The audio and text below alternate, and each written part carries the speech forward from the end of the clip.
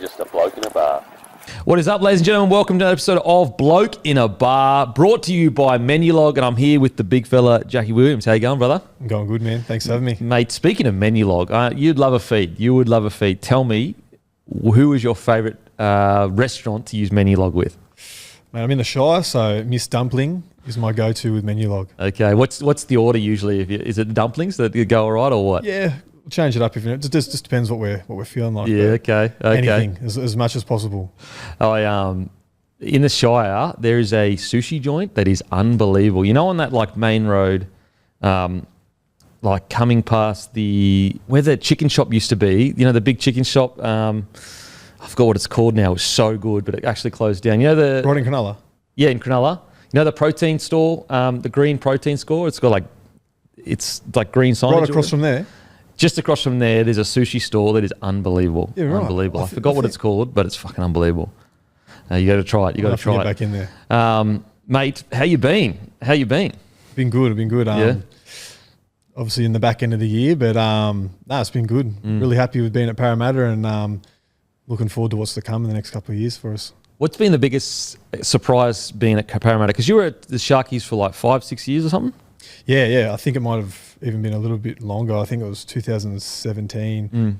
Got in there, obviously coming through reserve grade and stuff, and then ended up in first grade. But I think the biggest surprise being there was probably their fan base, I think. Yep. Obviously a massive club, big foundation, and yeah, they just come out of everywhere. We haven't had the best results this year, but they're still turning up, even in the bad weather that we've had in the last few weeks. And yeah, man, they're there and they're riding us. So yeah, just love it. What's it been like this season in regards to because outside looking in, we're like, you know, especially now, we're like, what a great season. Look how much he's improved. But it's like, I'm assuming for you guys, obviously you're kind of happy, but you'd be sitting there pissed that you didn't win kind of thing, because you're not okay with losing kind of. Yeah, I think our standards have definitely increased as the season's gone on, and having Mitch back in the team has upped that. But yeah, we started off horrible. I think it was 0-4, 0-5, and we got touched up by Melbourne in round one. What were you thinking then? I can't even remember. I think it was 48-6 or something at half time. And yeah, I knew it was going to be a hard task, but I didn't think it was going to be like that. Mate. And then as you reflect on the game, you sort of think, and the touch-ups that Melbourne have produced on people down there, Amy Park, it's shouldn't have been a shock. But yeah, it was pretty embarrassing. Mate, that was one of the best games of attacking footy I've ever seen. Like that, once they get a roll on, it's like unless you win the contact, you can't win. Yeah, that's really the only way you stop that roll on. It's not reads in defence. It's literally getting someone on their back and slowing to play the ball down. Yeah, which is hard to do too, because they're obviously one of the best teams at doing that. And I mean, if you're the best at doing it, you're probably the best at trying to avoid that when you get into a game too. So yeah, it was hard. So you're thinking, obviously, you know, it's a new club. Are you going, shit, did you think that there was that you needed to grow that much as a team? Or were you, because like the thing with the preseason is everyone goes going, you know what, we're red hot here. Like everyone's fit as anything. And then you get to round one and you're like, what the fuck just happened? Yeah. What was it like for you? It was tough. I was still pretty positive, because I know that Melbourne can blow off any team, especially down at home. But I think it was more so when we got to about 4 or 5 losses that it was a bit like, oh, fuck, what are we doing? But yeah, we got Mitch back, and the confidence that comes through the team is something that you can't really trade in for. So yeah, we got him back in, and we started having a few good games, but just missing the mark. You know, it's within experience and new combinations that have been formed. So we still didn't really hit it, but we got a couple of wins, and yeah, we're starting to find our feet in the back end of the year, which has been good. But we're still missing it. We're having lapses in concentration that's hurting us, and that's us as a whole squad. You know, we need to address it. But I think the way we're projecting is going to be good for the next couple of years. Yeah, for sure. And it truly is a lack, because you actually look at the Storm game, and like I think the Storm game's a real good indication of how far you've come. Because if like you ended up completing it like 68% or whatever, and it's like if you completed at 80, you probably win that game. Yeah, it was a hard watch when we did the review the other day. Yeah, you see a lot of opportunities that we missed, and obviously errors, especially coming out of the backfield, that hurt us, and just at crucial times too, which is something that we're trying to get out of our game. But you sort of can't really take the offloader away from Parramatta. That's what they've been known for the last few years. And we've got a lot of good guys who can promote the ball. So it's a strength of ours, but it's just knowing when to do it at the right time. And the wet weather didn't help at points. And but it's pleasing to see the growth that we've had. And I think as well, the consistency for 80-minute game, like if you've got an inexperienced roster, like that's probably the one common denominator in any inexperienced roster is playing for 80 minutes. So like that is something that will just come naturally the more they play NRL kind of thing. Yeah, it's right. And it's one of the positives that we've got coming out of this season is we've had a lot of young guys coming in and they're experienced in first grade. They're getting their bodies hardened for the contact and for back-to-back games. And having, like I've already touched on it before, but having Moe back in there, he obviously sets the standard when he's playing, but he's going to be good to give those guys advice on what to do at certain points of their game. And we've just all got to do our roles and get on the back of that. Now, is Mitchell Moses as competitive as the legends say? He is very competitive. I've had a few games with him on that edge and copped a few sprays from not being in the right position or doing the wrong things, but it comes from a good place. Yeah, for sure. It's what you want from your halfback. Yeah. And he's used to playing that high standard every time. So he is competitive in everything he does. So we love it. What about in the preseason? Who stood out for you in the preseason? Was it like Iongi, or is it Iongi or Iongi? I've been told two different things. I don't know what the answer is. I have to hit him up. Hit him up. I think it's Iongi, but I'm pretty sure it's Iongi. Okay, Iongi. He's someone that's obviously, mate, I think he's been outstanding. Yeah. I just think he's been so good.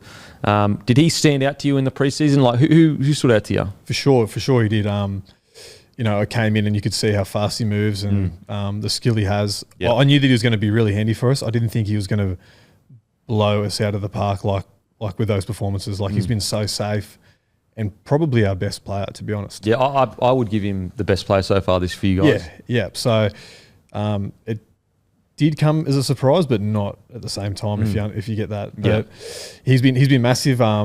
Rolly Smith actually caught my first session. I was coming back from a little wrist reco, and I was doing some rehab, and I saw someone do the Bronco, and I saw his time, and I was like, "Who is this guy?" Like, cruising. I hadn't even met the boys yet, and I'm like, "What is this?" Like, it was like the first time everyone's done it, and he got like, I think it was a 420. I don't even know what to.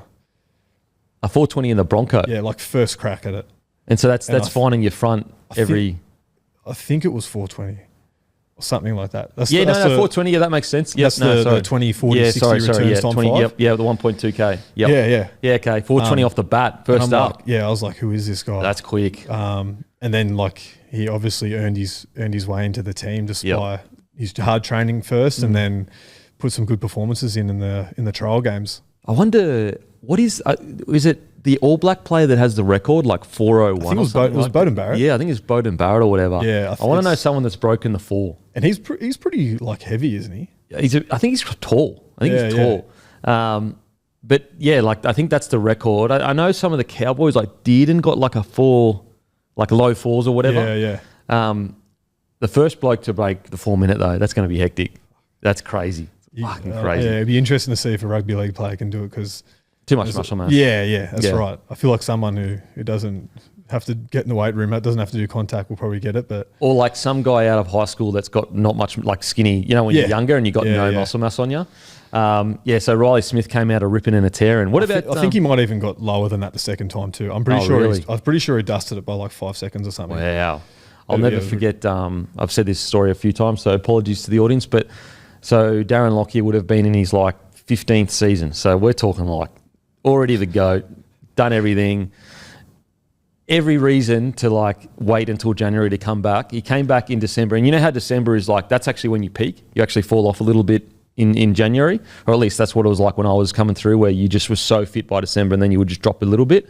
So he came back early, did the 1.2K, and mind you, we had done all the hard stuff. So this is on the last week of December. So we are fucking rock hard. We've been training for like, since late October, like really early November, I think.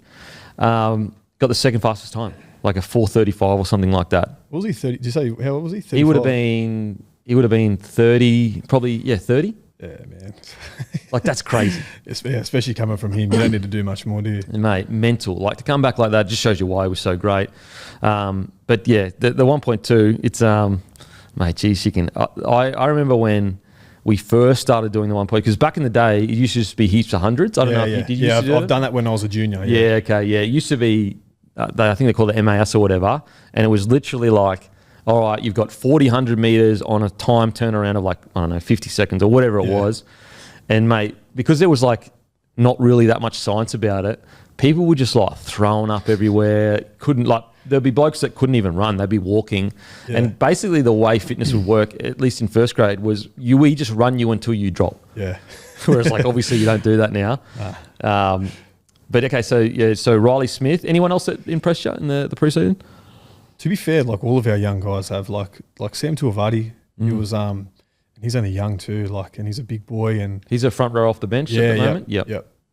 He's unfortunately had a couple of injuries in that. Once he's big boy. Once he gets a few games in that, I think he'll be hard to get out of the team. You know, he's a very good asset for us. Like, he finds his front every time. He's big, does little areas of the game really well. So he caught my eye, but it's hard to single out everyone. I think just having a new coach, everyone was going to step up in the preseason. So there was a lot of high performance there.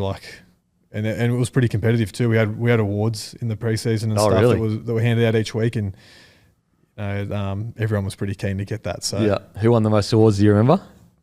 I actually can't remember. I remember Willie Penasini got a heat, man. He was I think he started preseason from the get go and finished it too. Man, I think Riley would have. Yep. Izzy got a lot. Okay, Youngie. Izzy got a lot. Yeah. But yeah, all those young guys have been impressive for me. Yeah, wow, okay. And working under Riles, what's it been like? Rookie first year, did he bring a lot of new stuff that you hadn't kind of seen before, or is it pretty similar, just with a different flavour on it? Yeah, it's pretty similar, and I think the main thing was just breaking everything down, simplifying it at the start. And it's probably something you need to do when you've got a whole new crew, and felt like a new club probably for everyone, especially the boys who have been there. The staff have all turned over, and but I've loved working with him. He's pretty relaxed, to be honest, as a coach. We've only had a few little blow-ups, which is well deserved, but he's been really good. And our assistant coaches and stuff have been really good, and mate, everyone at the club's been good, to be honest. So I think the club's heading in the right direction. It's going really well. And how has he handled, because it takes a special skill, because if you're losing games, even if you're playing well, everyone's walking in on Monday depressed as the head's down. There's not fun around the joint. What do you reckon he's done really well to keep everyone up and energised? Yeah, I think we've had a conversation about that because it can put a dampener on the mood, obviously, when you lose. And I think he just doesn't change as a person, whether you have a bad performance or a good one. He addresses you the same, and that's good when you have a poor performance, when you come in and he wants to speak to you, especially the head coach. And even all the staff are like that too. So the mood's been good all year. There's probably been a couple of times where we've walked in and it's been pretty grim, but it doesn't take long. We've got guys in our squad, in our dressing room, who lift the mood straight away. So it's is Fox leading that charge? Positive. Yeah, definitely, man. There's always music around the Fox. You can hear him before you see him. Everyone knows what he's like. So he's been really good for us, and he's like our energy provider for sure. And for yourself, mate, I think me personally, I think it's your best year so far. I think you've been outstanding. What's it been like for you? What do you think you've really tweaked in your game to play as well as you have? Yeah, thanks for that. Obviously, I've got some things that I want to work on, and obviously chasing that consistency. But I think just the faith that coaches have shown to me, I've played a lot more minutes than I have previously, and it's pretty much started from the get-go. And it helps having a full preseason, like new coaches. So you've got that extra motivation to impress, and a fresh opportunity too. Yeah. Sort of felt like a new player when I come into the club. So it's been good. I've really enjoyed it, and as we touched on, the results haven't gone our way, but there's still that energy around training where we know we're getting better and we're starting to put in good performances. And for myself, I just want to try and be as consistent as possible, and I just want to be that player that all the boys want to play with. And do you enjoy edge or middle better? Because you rotate quite a bit during the game. Yeah, I've been chopping and changing this year, which is fair enough. We've had a lot of injuries and a lot of guys getting suspended and in and out. But yeah, I've been enjoying it, like playing on the edge. I started off what was it, SG Ball, I think. SG Ball, 20s, playing on the edge, and then moved to the middle. Played middle pretty much my whole career. But yeah, went to the edge in round 1 after no pre-season, and just been trying to find my feet. So as the games go on, I can sort of build a bit of consistency in there. But yeah, I've been enjoying it. Like I remember Dean Hawkins put me through, and I went through untouched, and it was like my one and only try for the year. And I thought, how good's this? I'm going to get plenty more, but I haven't got any more. It's funny, you stitch us up every time on the Monday show, because we'll be like, oh mate, Jack Williams, he was so good in the middle, and then someone will go, I think he's on the edge, and we'll be sitting there for 5 minutes going, no, I think he started on an edge, but then he got moved into the middle, and then he moved back out to the edge. So it's you stitch us up every time. I think I had a month of football where I wore number 8, but I was playing back row. So and so on the edge, and that's on. Is that on Moses' side now? I've played right, left. Like I've had games where I've started on the right, gone to the middle, and then like we've had an injury, so I've gone to the left, and then back into the middle. So I'm pretty much everywhere at the moment. So hopefully set something in soon. We'll see. We'll see what happens. Obviously with the signings and stuff that's going to probably happen. We've got a bit of cash there at the end of the year, and just see where that goes. But I'm happy wherever the I think that I'm going to be the most valuable in that team. Happy to be there. I'll tell you what though, prime real estate outside Mitchy Moses. It is, isn't it? It's very nice. I'd be bidding for that. I'd be rolls, mate. Come on. Give me something. I know. I have to get in Moe's here too. Hopefully you can put in a good bid for me. Start buying him coffees and that. In regards to I guess you guys as a team, what do you think has changed in this last kind of block compared to the start of the year? Do you think, because I feel like it took you a while to understand what your defensive system was, especially. And I think that now we're seeing everyone your movement patterns are so much better. It's so much more concise. Is that probably a difference, do you think? Yeah, and it was definitely a new system for everyone when Rolsey came in, and it looked in the preseason like we're going really, really good with it. Yeah. And then it's sort of when you hit the games and different. Yeah, it's just like that motor skill pattern that comes in, and when you fatigue, you sort of resort back to your old movements and stuff. But we've been putting in a lot of extra work, and we've learnt hard lessons throughout the year. And then now it's just having the same guys get into the same positions now and getting that those combinations together too. So you obviously have your combinations on the ball, but off the ball is just as important now. Yeah, you want to know how the guy inside and out is moving, and we're finally starting to do that. But it's come with hard work, so it's taken a long time, and we're still trying to perfect it. We always have reviews where we've made an error in judgment, or someone hasn't done their job, and but it's been something to adjust to, but it's working for us. And you see teams like the top 4 teams, obviously they're the best example for it. They do it so well. Yeah. So that's what we're chasing. I think as well, it seems like quite a demanding fitness-wise defensive system, because there's been games where you can really see that the young boys are fatiguing the last 10 or so minutes, and it's just because you guys have front-loaded so much your line speed. Yeah. Like even when you played the Broncos a couple of weeks ago, your line speed was at just constant, and then that last 10 minutes, it looked like it was obviously you won the game, but it looked like some of the young boys were fatiguing. And I think that's just, again, as they get more experienced, it's like the Bulldogs, really. That first year, they were terrible in the system. But it's exciting for the Eels going forward. And are you a part of the senior playing group at the Eels? Yeah. Yep. That would have meant quite a bit going to the new club and getting selected. I was pretty surprised, I think we had a little system where we voted it in, and I can't really remember how it really went. I think it was after pre-season too, so we had the army camp and had the... Oh, so you had the army Christmas. Camp? Yeah. How many days? 2? It was just an overnighter. Okay. Lucky it got cut short because we were sort of hurting a bit. There was a few hot days out west, and I think we got to maybe 2 in the Arvo, and they called it, which was good. Yep. I think we're meant to go till maybe 10 or 11 at night. Okay. But it was we had those, and as every team does. But it was I was surprised. It was a bit of a shock to me, because there's me, there's Moe, there's Jermaine Hopgood, and then there's Junior in there, and they're guys who've represented their state. Yep. Obviously Moe with Aussies, and Junior's played both and played Samoa and everything. So I felt a little bit out of my depth, but I think I just try and bring a little bit of a... I don't actually say too much, to be honest, when it comes to that thing. With our meetings and stuff, I'm not one who will speak too much, but I'll just try and lead with my actions when it comes to training and on the field. So, it was pretty cool to have. Yep. And you're a New South Welshman? Yeah. Yep. What do you think of the series this year? Yeah. It was a bit crazy. It was a little bit tough, wasn't it, watching? But not for me. Yeah, that's right. A little bit tough, but no, it's always good to see the best go at it. I mean, especially when you're a fan of the game and get the build up and get to see them go. Mate, Origin's the best ever. I love it so much. Love it so much. Mate, take us back to a young fella. Where'd you grow up? So I grew up in Cooma, New South Wales. Oh, yeah. Fucking Timmy reminds us every 2 seconds. Down the Snowy Mountains with the great Timmy Williams and Sam Williams. And I've had a few guys. Brett White's from down there. Yep.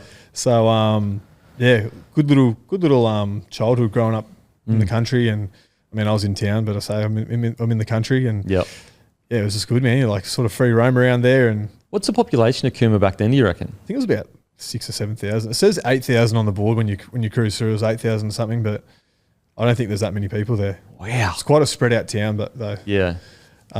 So what are you doing on a Saturday night? Just local pub getting on the beers or what? Yeah, I moved out before I was sort of 18. Yeah, okay. So I was going out when I was in Canberra and stuff, but when I was young, man, I was just hanging out at the skate park playing footy, running around with my mates every day. It was pretty much just go to school and you finish up and you're down at the park. Yeah, it was the best. And then my dad had a bit of property, not too much, but enough to like get around, and we're surrounded by acres and acres of land. Okay. So that's cool. We could just cruise around doing whatever we wanted. Yeah. Had mates who had properties to go a bit hunting. Yep.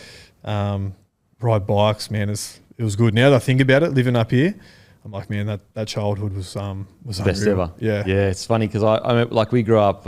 We always joke. I say the country, but it's not. It's like it's hinterland. But I say I'm a country boy just to piss people off. But when we were younger, we always used to complain like, oh, we want to live closer into like the beach and stuff like that on the Goldie. But when now I look back, I'm like, mate, you had the best childhood ever because we live on acreage and you could just do whatever you wanted, like go outside, ride your bike wherever.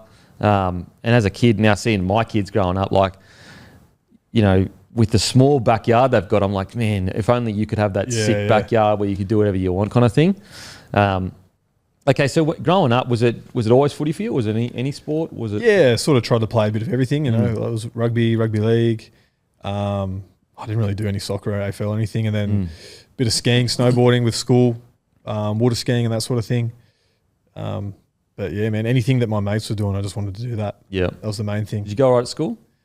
Not really. I mean, once actually, now that I think about it, I was probably a bit of a prick when it come to my teachers. I feel that bad for them. I hate that bad attitude now that I'm a little bit older and mature. But I definitely had that. I would have been pulling a few hairs out, I reckon, of the teachers. But and as I sort of started making junior reps and stuff like Harold Matts, that's when the school went downhill. You know, I sort of thought I've cracked it already. Yeah. Had to do the trip from Cooma to Canberra multiple times a week, and I got a little bit of an early leave pass with that. Mate, tell you what, coming back to school and you're part of, like, even if you just got the jersey or whatever, or just the polo, you're the man. Yeah, the reps, man. You can wear the shorts, socks, anything you get. Mate, 100%. So did you excel at a young age at footy, or was it something that came a bit later to you? I think I've always had that competitive drive about me, especially being young. I remember being pulled up for like aggression and stuff when I was younger, just on the field, but like I was never really aggressive off it, but on the field, and then it sort of dropped off a little bit, I think, and then you sort of find it again when you're a bit older. But I wouldn't say that I was miles above anyone or anything. Like it was just normal. And then, I think I was a bit smaller when I was trialing for teams and everything, and I think fitness was on my side, so that helped me. I was just love chasing the ball. Were you always back row in the middle? Where'd you play? I played like when I was younger. I played like fullback, centre. Oh, no way. I like to say that I played a bit of halves when I was me and one of the boys, Tommy Cronin. He's from Jindabyne, and we played under 20s and stuff together, and we did the junior reps at Canberra. We played for the Cooma Stains, and I remember we were 6 and 7 together, but it was like show and goes. There wasn't much passes, man. So I think I've got a number 7 Cooma Stains jersey at home. So that's probably the one and only time. Hang it up. And so when did you go and get picked up by the Raiders? Was there anyone else interested? How did that all happen? I tried. So I was playing for a rugby team called the Tuggeranong Vikings down there, and we had a good crew. And I remember just having a conversation with a few of the boys, and they were like, "We're going to go trial for Canberra." It's like, sweet, let's do it. So it's just the normal trial. There might have been 8 teams or something going at it, and sort of just got my way in that way. And as I said, one of the other boys down there from Jindabyne got in there too. So we travelled up from 16s all the way through the 20s. Yep. So did you say there was 8 teams at trial? I think so. Yeah, I can't really remember. Yeah. But usually in those trials, there's a lot of guys who come in. And so do you just all play each other? Like, how does it work? Yeah. I think it was just trying to remember. I don't know if they were full games or not, but sort of get separated into the teams, and then you just go at it, and then I guess How do they select the teams? Just randomly? I think so, yeah. Yeah. And when you're playing in those junior reps, the squad starts off at like 50, and then they narrow it down around Christmas time, and then after that narrows down again. So yeah, I'm actually trying to think about what it was like, but that was back when it was Harold Matts, SG Ball, and then you had like Holden and Toyota Cup. So it's changed now. So when you when they initially said, when did you know you'd made it? Did you like slowly whittle down, or did they announce it at the end of the tournament or whatever? Or I'm actually trying to think. I think they just contact you, or they actually might have had everyone in a group and said it. I can't even remember, to be honest. Seems like so long ago. Yeah. They wouldn't do that anymore. The whole but that's like Harold Matts too when you're younger.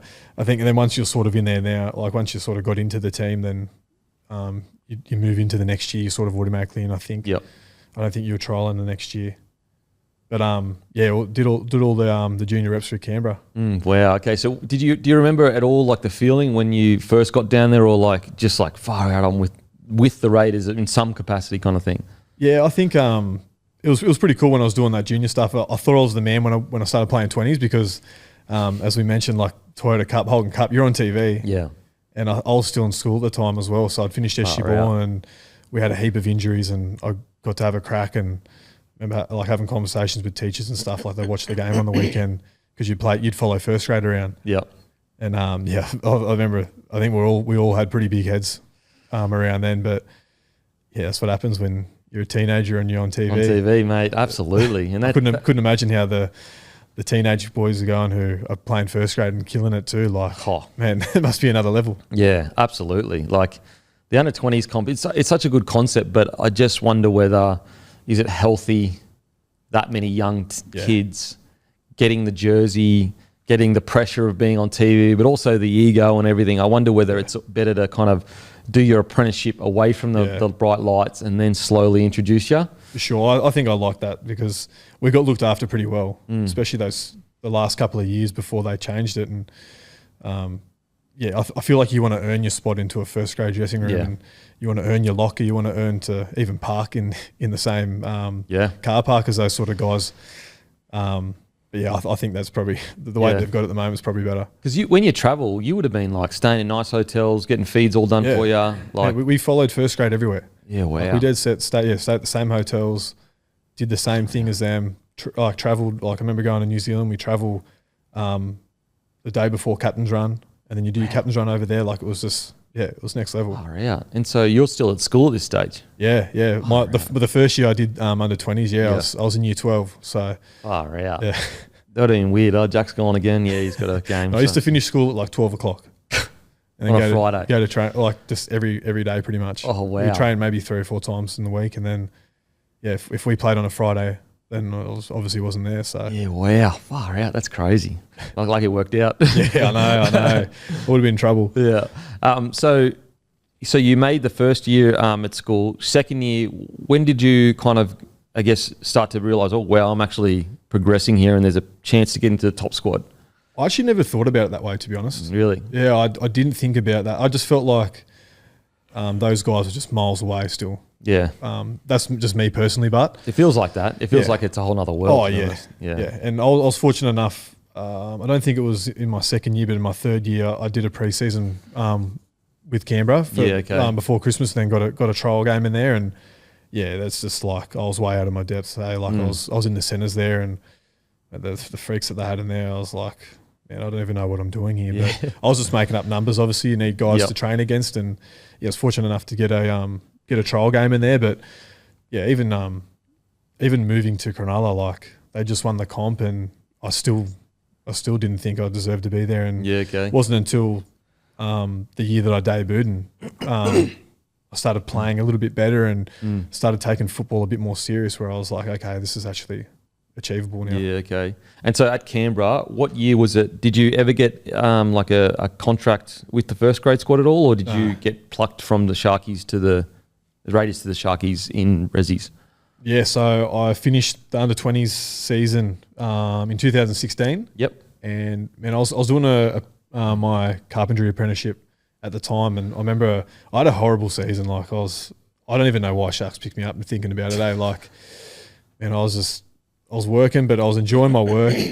I work with a really good crew, and footy was just like, I just sort of taken the piss, like going out every weekend. Yeah. This is what you do, like, but I just wasn't taking football serious enough. I wasn't doing any video. I wasn't doing all the extra things you need to do now. Yep. Like, and I'm not talented. Like I have to rely on working hard to be up there. So, yep. Yeah, thinking about it now, I'm like, fuck, you took the piss. But yeah, so I was there, and it got to a point where I didn't have anything. I think they offered me a train and trial maybe. And I was like, man, I think I should just do my carpentry apprenticeship. Got a good crew. They're going to look after me. And then Cronulla came through with a full-time offer. So wow. got into their top 30 for the next 2 years. It was a 2-year contract. And like silly enough, I was actually thinking about just not even doing it. Oh, wow. And then I was like, no, you know what? I think like with the family and everything getting in my ear, I was lucky enough I took it. Yeah, wow. So you were enjoying being a chippy that much? You're just like, you know what? Not much pressure. I just had a good crew. Like, yeah. I started off just working and like pretty much just digging holes and doing a bit of demo work for them. And then when I got the apprenticeship, it was cool. Like I was learning, and it was like being in a football environment, you know, like always laughing. There's banter everywhere, and you know, go for beers after work when there's time and everything. And you know, I was actually really enjoyed it. But yeah, unfortunately, I didn't continue the work, so I don't actually have anything to my name when it comes really? to that. Fucking hell. But yeah, ended up going to the Shire and loved it.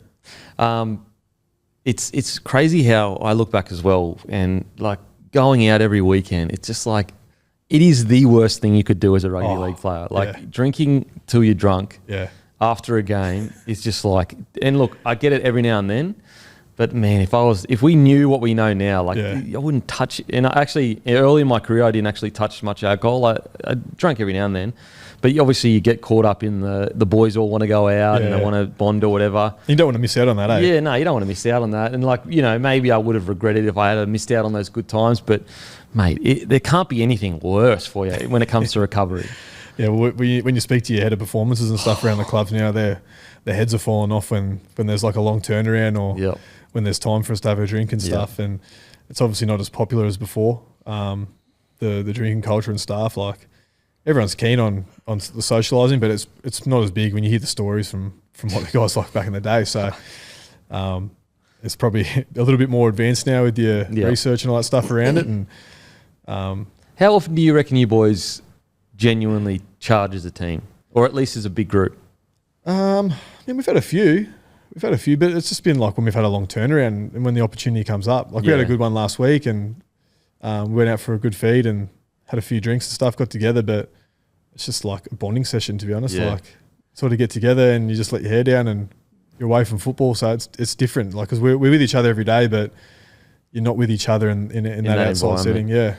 But so like, did you just have a few drinks at dinner, or did you go out or anything? We just had a lunch. So, and we're in the city there, and it was like it was pretty much rugby fans everywhere. We went on the Friday and had the Lions and the Wallabies guys there who were following the teams around. So we actually thought the game was on that night. Well, I did. I don't really follow the rugby too much, but thought it was on there, and yeah, it was good. A couple of pubs around there. It was good. Yeah, it's crazy. I look back when we were coming through, and like nearly every weekend, you're rolling in at 3 a.m.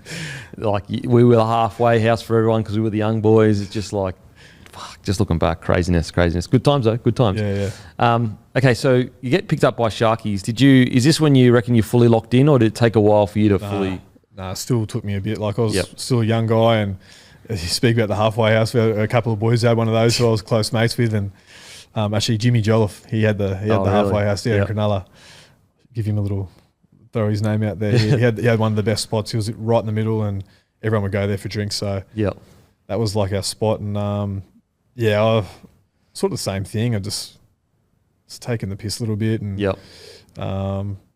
Yeah, I probably just didn't think that first grade was an option too, because Yep. I'm not first. I was full time, but the squad they just come off winning the premiership there in 16. So I don't even think they lost anyone. So everyone was in there and they were flying. So you didn't really get to see too much on the field because they had their team there. It was set. Yeah.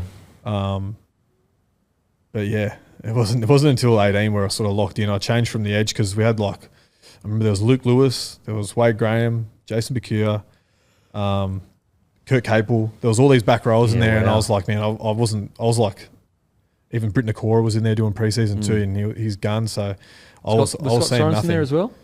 Or he would have come a bit Soro later? came the next year, or the year after.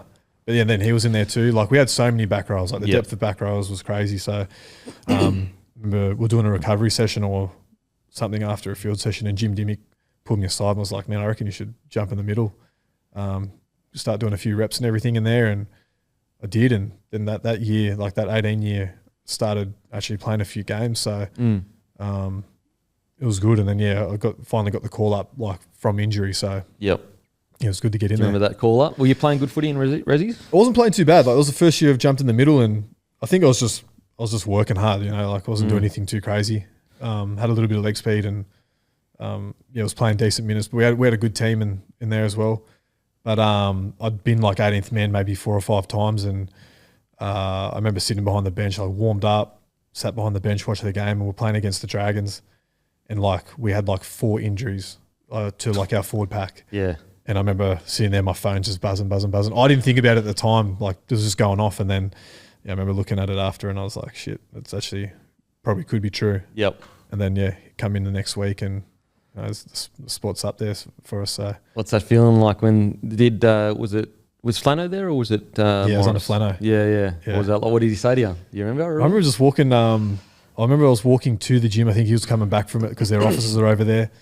And he just pulled me. The team list came out the day before, so I saw my name in the squad, and I didn't think anything too far of it because I haven't spoke to him. And then, I remember him pulling me aside and was like, "You seen the team list?" So yeah, he's like, "Mate, you're in." So it's very different to now, where it's like a big song and dance. Yeah. Understandably so, it should be a big song and dance. But the earlier, especially early 2000s, it was very much like, "You're in, mate. Yep. Yeah. Sweet. Okay. If you want to call your parents, sweet. If not, all good." But I didn't mind that too. I'm still if I remember when we had the 100th game, Fitzy's really good at celebrating those milestones and stuff. Yep. He brought my family to New Zealand when we played, and they presented my jersey. My daughter got to do it and everything, and that was a little bit. It wasn't. I loved it. I appreciate it so much, but I was a little bit embarrassed at the same time too.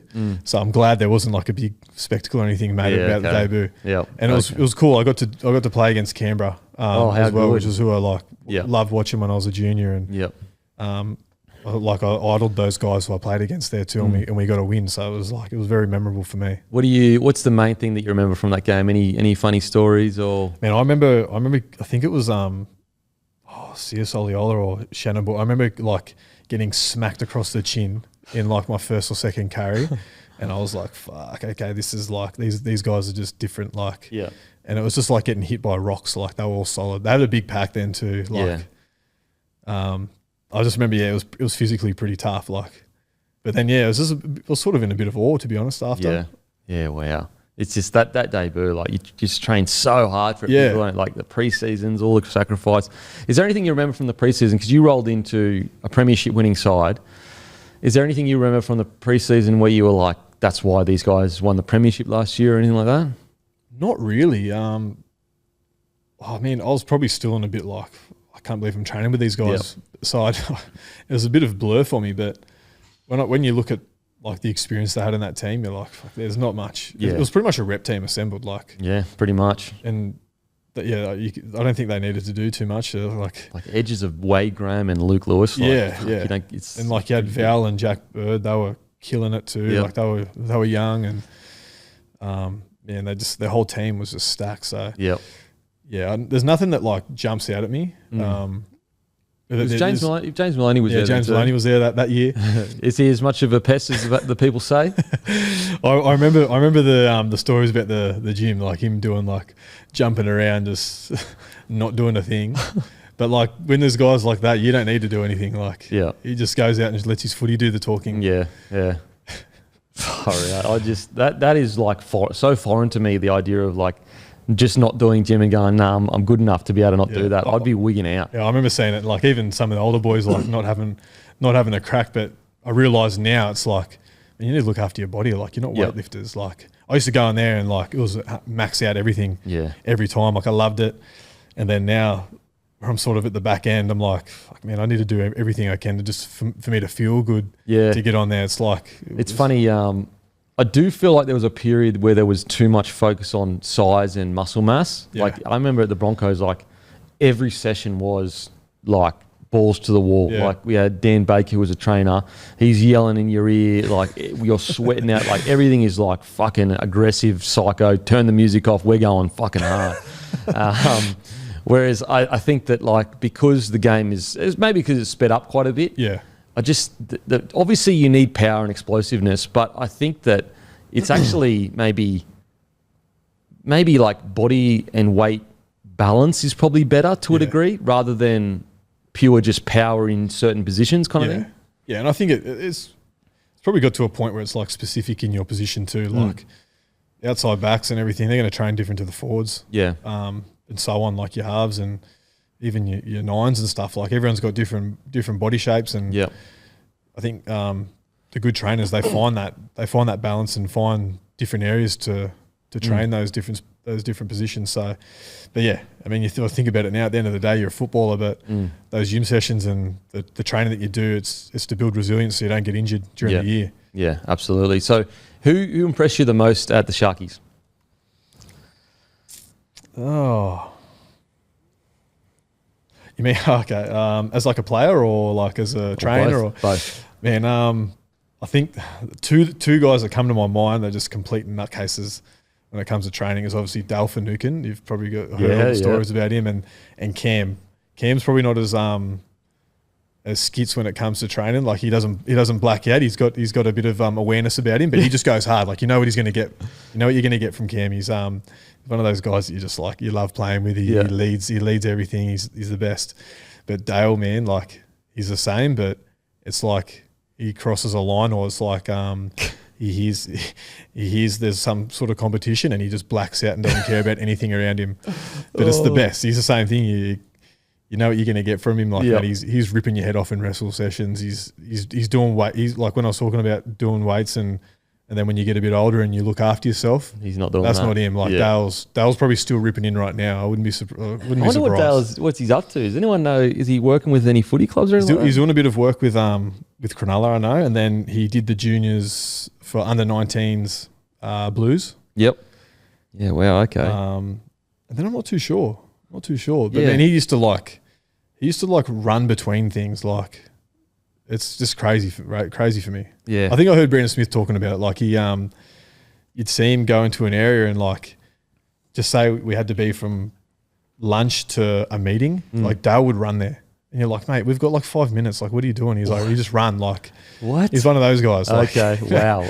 Mate, his preparation's crazy. Like, I will say, like, the only time you have issues with blokes like that is if they train like that, but they play like a cat. Oh, yeah. That's the worst thing ever. Because you're like, bro, don't carry on at training when you're not going to do it out there. The good thing about Dale and obviously Cam McGuinness as well, like, they're going hard in the game. First, yeah. What's his preparation? Do you remember what his preparation was like? I don't actually remember everything, but I just remember that he would always like strap his biceps for everything, like for like training sessions and stuff. But this is like, we'd have like a meeting and like his biceps and his fingers would be like taped up and you're like, what are you doing? And then like, he's always got like a set routine that he does in the morning, gets his body primed. Yep. So he's always doing like those 1%ers really well. And you can't knock him for it because like it worked. It's worked. And that's the standard that you want someone to set when they're a senior player. Yeah. But you just look at those little things and man, he's like, I remember him telling me he used to like set alarms for like when he had to eat. And he was like, he'd be out with his family. He's like, I got to get away from this park and go and eat. Like, got to get some Subway. Wow. Like, he's just like so into that. I think he's more relaxed now. But yeah, because he like he's not naturally that big of a player, but he plays like he had to put on a lot of muscle mass to be big. Yeah, but he's like a brick wall, but yeah, mate, like he's so hard, mate. Watching him play, especially for the Storm, like you couldn't tackle him. He win in contact constantly, and you just always do the big play. So you, for the Sharkies, you make your debut 2018. Did you stay in the side after that, or did you drop back to Rezzies and then come back in later? I played 4 games, so 4 straight, and then got injured in the 4th one against Brisbane. It was weird. I fell on a boot making a tackle. It was like a legs tackle from marker, and then my pec just ruptured. So it was one of those ones. It was like, I think it might have been in July or August. So it's a 12-week injury, and I think my return would have been the last round or something. So I didn't play again until the following year. Wow. Is that your first big injury? Yeah. Man, I never had an injury until that year. So wow. I've had like little things, like little niggles and stuff, like a rolled ankle or something, but nothing that required surgery. So that was my first operation I needed to get. Your first one, it goes 2 ways. Some people can be rattled by it. Some people like you feel invincible, so you're like, nah, I'll be sweet. Yeah. What were you feeling like with your first big one? I was a little bit rattled because I don't like needles. I got like a little bit of a phobia with needles, so I was like, I knew that there was like cannulas going to be put in. Yeah. So I was like sweating bullets when it came to that. But then I was a little bit disappointed too because I felt like I was in the team. Like I probably wouldn't have been when those senior guys came back, but it would have been nice to just go back and play reserve grade for the rest of the year, or just do anything, because the Newtown team we had was like pretty red hot, and they won the comp the next year.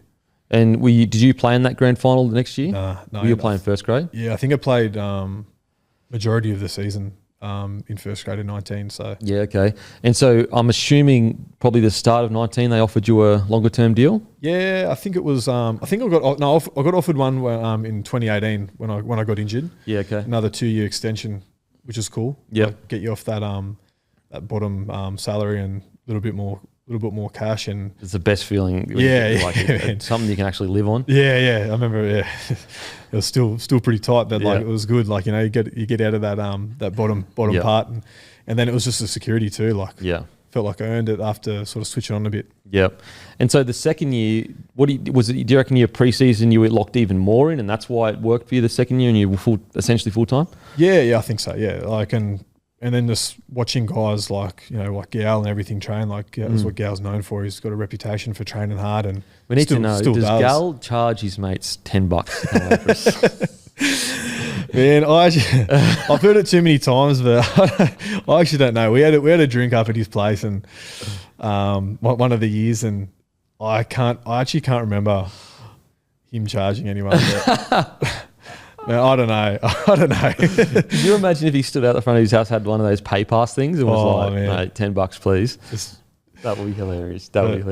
Yeah, I've heard too many stories, so you don't know. Okay. What's Gal like to play with? He's just synonymous with rugby league. What's it like to play with him? Yeah, he was like one of the leaders where he just like led by his actions. Like, he didn't say too much in terms of like playing the game and that. Like, it was always like, just run hard, tackle hard. It was simple, which I felt like was a bit strange back then. But now that I think about it, it's like the simpler the better when you're young. Bloody oath. Like, there's all the detail, but you get those things right, and you win the play the ball speed, you're usually going to score. That's right. Really that simple. That's what Melbourne Storm do. Like, yes, they've got good, plays and settings, all that kind of stuff, but really they just roll you down the field and beat you because they've got quick play the balls. Exactly. I mean, that's Wayne Bennett. Like, obviously he has assistants and everything like that help.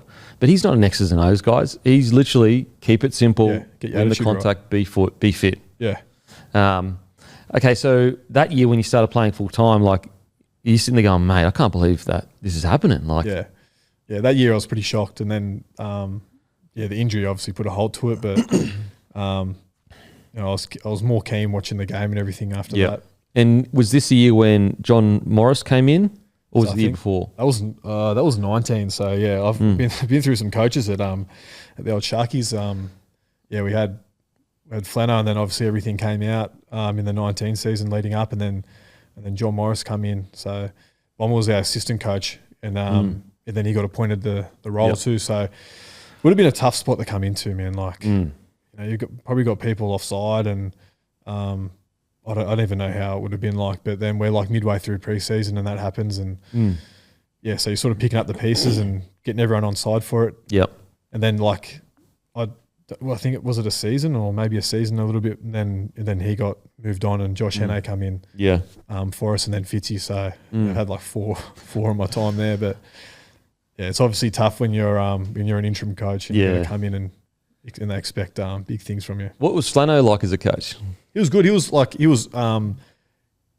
old school. Like when I reflect on it now, having different coaches, like obviously I didn't get to have Bomber or Josh Hannay for a whole season, so it's a little bit different when you're coming in, and then Fitzy and Rolsey are very good with people, and like what you spoke about there, like the assistants pick up the pieces what they need to, and then they overlook it and get your attitude right and get your fundamentals right, and pretty much get the culture right in the club. So it's hard to make a judgment in the differences because like I'm in just completely different parts of my career. Like like I was rookie, didn't you kind of just like whatever they say. It's like, yep. You're not actually thinking about it. Yeah, and I didn't.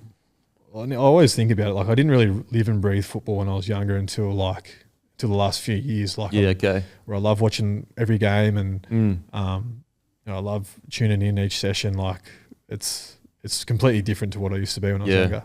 I guess like understanding that this is a profession, like and any bit of information that you can get that is going to improve you, make you better, and it's the age old. Like I think some of the younger guys are getting better at it these days, but especially our younger generation, like when you were 18 to like 23 or whatever, you just were so caught up in going out, girls carrying on. It's not until you get a bit mature and you realise the opportunity that you have. Exactly. Yeah. Always look at it and. Like I haven't actually had to speak to any of the younger guys in our team about it because they're always locked in, which is like so surprising as well. But yeah, I just look at it and I'm like, man, like if I actually switched on and locked in from that young age, like even when I was like 20, like man, my career could have been maybe so like it could have been different. It could have been better. Like I'm the same. You never know. Yeah, mate. It's I will say like I think the difference with this generation is that they've been educated from a very young age as to what is right and what is wrong. Whereas I feel like when we were coming through, there was still a sense of like, it's footy, it's the boys, it's we go out, we drink beers, we fucking play hard, we party hard. That's just not the culture, and it hasn't been for quite a while now. The change has already been. And I think all those young guys know now. Like, and they're just different. They're more confident too, and they're more switched on. Like it's like they get it. Yeah, absolutely. Which is a really good thing. Okay, so then when Bomber gets moved on, that was quite dramatic at the time. Like people don't actually remember. It was quite a big call from the club. Yeah. Do you remember that at all at the time or not really? My memory's a little bit hazy, but I had a good relationship with Bomber because like he was the assistant when I first went in there, and he always had time for me, and I should have utilised him more as being a young player and got more advice from him. But yeah, I remember it was a bit of a shock. You hear the things come out in the media and everything that thing that annoyed me about it was that all came out like before he even got a chance to address us, like which is what happens. I just don't know why that needs to happen like that. That's what I don't get. And I think it hurt him a bit too, but I'm still a bit my memory's not too because it's happened a few times, but there's so many things that happen in your career though, like you don't even remember half. The details, but it was sad to see him go, but like he picked up a new role and. Still good to see him like around the show and everything. So, good. And so Fitzy comes in. Josh Hannay came in first, and then we went to the bubble up at Brizzy. Around Queensland when all that stuff happened. So he took the reins. Midway through, or maybe even before. Might have been like I think we had 3/4 of the year left. Yeah. Okay. But I remember that year, man. We had a lot of our key guys out. A lot of our salary cap out, and some of them didn't even come to the bubble because they were done. Like Wade, we didn't have Wade Graham because he did his ACL the year before, so he missed out, which we missed massively because he's one of the best leaders that I've played with, and didn't have him. Sean Johnson was I think he did his hamstring and was done for the year, so we missed him. Dukes didn't come up. He wasn't Josh Dugan wasn't there. Man, there was multiple guys that we had missing, and it was I think Chad Townsend, he moved to Warriors that year. Yeah, okay. Midway through. But yeah, there was so much change going on in the club. What was Hannah like as a coach? He was good, man. Like, he, as I said before, like you come in mid-year. Super hard. It's like, you sort of just got to control everyone. And it was a different environment up there too. Like you're trying to like manage people's families too. So it's like, it would have been a tough task. Yeah. I feel, being out of there, but I loved having worked with him too. Yep. So it'd be interesting to see what happens with him too, especially like he's done the Queensland stuff, and I know what he brings like with us. And for me, he was good. I think he understood that I like the game simplified, and every time I spoke to him and did reviews with him and stuff, just simplified the game so much for me. Yeah. And so Fitzy comes in. What was it like for Fitzy when he came in? Yeah, I think he sort of changed the whole culture of the club. As a sort of like, it's like a theme these days with all the coaches coming through. They changed the place, and yeah, he was good, man. He's just like such a good person to speak to, and you know he's invested in getting to know everyone and knowing everyone's different backgrounds, and wants everyone's cultures to be all aligned and everything. And yeah, he brought in some really good players for the club, and yeah, it was cool. Like I think it was a bit of a turning point in my career, having him, you know, like I just think the love of footy sort of come back once he was in there, you know. And did he kind of push not push it, but like maybe kind of press upon you that you need to be into footy that much, or was it just a natural progression for you, do you think? Yeah, I think it was just like the standards that he was setting, but it was just like it wasn't like it was forced or anything. It was just like, this is the way that we're going to be in the club, and this is what you need to do if you want to reach your full potential. So and last few years, obviously, I haven't been consistent as I'd like to be, but moving on has probably made me realise and maturing and stuff. So I didn't get to play my best footy, but I think the last year it was pretty decent under Fitzy, and I loved the time with him and still got that good relationship with him. And is it true that he rolls for an hour in jiu-jitsu before every game? Yeah. He comes in sometimes and he's like faces all rashed up. So he's like high level jiu-jitsu. Did any of the boys try and put it on him? And I don't think anyone actually has.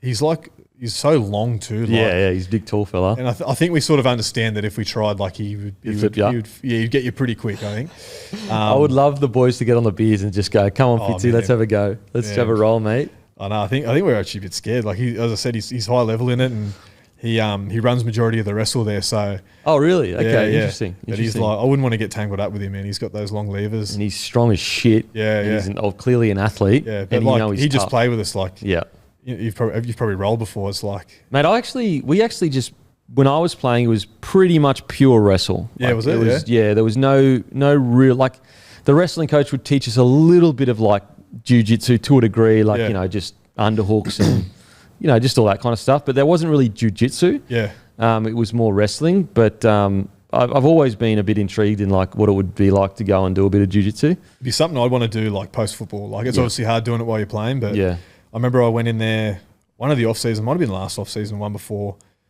done the wrestle and stuff in training, and I thought, man, I reckon I can go all right in this. Not even didn't even do it to go up in belts or anything. I just wanted to do it to keep a bit of fitness. But went in there, got the gi, and then I remember just getting like, I just got punished by guys like half my body weight. No way. Like they were wrapping me up. They were using my gi to choke me, and I was like, what is this like? And I was obviously stronger than them. Yeah. And like they wouldn't even help me. Like they just, if I flicked them off, they'd get on my back. Like I just couldn't do anything. So they're like just stuck to you, but like using their levers to just choke you, grab your arm, their drag grip your hand. strength too. Like they grab onto your wrist or your hand or your gi, and it's like they just can't get them off you. Yeah, wow. So it's it's an intriguing sport, man. It's cool. Absolutely. I love to get my kids into it. Yeah, I want to get my kids into it to obviously be able to protect themselves. The only thing I'm worried about though is I feel like it's a gateway to MMA. No, I don't think so at all. Okay. If you go in there, like, I was a bit nervous too because I was like, what are these guys going to be like? Like, are they going to want to try and bash me because because I'm a little bit bigger, like a football player and stuff. Yeah. But the community in there is like, they're so it's so inviting. And I think they're all like that too. Like I went to Gracie and Miranda, and man, everyone was so friendly, like, and they help you on the side. And I've seen the kids' classes, but you got like all different body shapes, all different sizes, teaches you good positions. And I don't think there's like, I reckon once you get in there, I think you get obsessed with it. Yeah. It's just one of those sports, but I don't think it'd be like one where you'd want to go and start fighting and that, you know? Yeah, I'm just scared. Like, what if he's good at it? And then like the next step is, oh, well, you know, why don't you come do some striking training or whatever? But I probably will. Like, obviously want him to be able to protect himself, both of them. Have you had any long-term injuries or big injuries at all? So I've had a pec, and then I had my shoulder. I had a shoulder reco. Yeah, okay. Full 6-monther, like big one? Yeah. Okay. What year was that? That was in 2022, I think. Oh, wow. 2022. Yeah, it was Fitz's first year. Yeah, okay. That's probably why he didn't go so well in the first year and get back into it. But, man, I remember, like, I subluxed it in pre-season. I remember I come across and I was making a tackle on Ronaldo. We had a massive collision. Like, it was like one of those ones. It was like, it was no techie involved. Yep, just a collision. Sort of a little bit competitive one, like we're starting to like get into game intensity and stuff. And then I just landed with my head above my arm, and like, I remember rolling back and like I just saw a bit of movement. Yeah. And I was like, oh shit, I think maybe something's happened. And obviously didn't finish the session because you're not pushing that sort of thing. And I think Ronnie was like head binned at training, so we're sitting there on the sideline. I'm iced up, and I don't even know if I got a scan at that point because it was just like subluxed. You just rehab it. Yeah, okay. And then give it a try. Yeah, and then I came back after 8 weeks or so. I was playing in Magic Round, and then I came out from marker and made a tackle, and then it dislocated, and I couldn't get it back in. And our doc at the time, he did the best I don't know, technique, I guess, whatever you want to call it, of put my shoulder back in, because I've seen videos where like guys are on the whistle and they're trying to put it back in and everything. It looks like a mission where he just like. He got someone to seatbelt me from behind, and he just like got me to relax my arm, and it just like popped back in so easy. Ugh. But like then had a couple of clean outs on my knees, and like I haven't had anything too big. Like How did you handle that 6 month kind of shoulder reco? Because it's a weird feeling, that first reconstruction. Yeah, it's pretty. I don't think the injury itself was too bad. It's just pretty lonely being in rehab. You know, you're away from the group. You feel a little bit isolated. You're missing out on it, and you get a bit of FOMO and stuff because they're all training and getting ready for games and they're playing. But I had Sione Katoa as well. I think he did his pec or something, so we were sort of doing the shoulder rehab together, which helped. Yeah. And then it was the off season, so then I got to come back in after that. But just a weird feeling, like when you're at home and you're like, you can't do anything. You're just sitting there going, fuck, like I can't move my shoulder because obviously I don't want to wreck it. And you're useless, like you can't shower. Yeah, it's fucking so bizarre. It's hard, but what about the blokes that have to get 2 of them done sometimes? Yeah, I know. That's crazy. Man, I had my my wrist done from last season, and I remember sitting in there in the room waiting, and there was a guy waiting to get both of his wrists done, sitting across from me. I'm like, fuck, you're fucked. That's so fucking so. Okay, so what was the reason that came about to go to the Eels? Like, what really attracted you to the Eels? Was there any other clubs that you were thinking about? Like, what was the whole reasoning? Yeah, I got through last year, and I didn't have too much there. Like, sort of in talks with Cronulla, and I think there was maybe one year.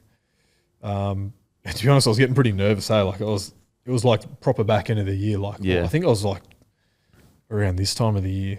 August, September, until I actually had a conversation. Start wigging out. Yeah, so I was pretty rattled. Like it was something that was in my mind every game, and I was worried about getting injured. Like I was thinking if I do an ACL or something that's like a 9 to 12 monther, like I'm struggling. But lucky enough, when Rolsey got appointed, my manager gave me a call and said that he wants to meet up. So he came over my way.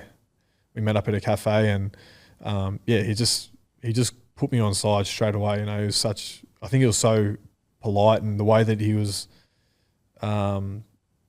pitching that he wanted to get the club into a position, and you know how he sort of saw me as a player.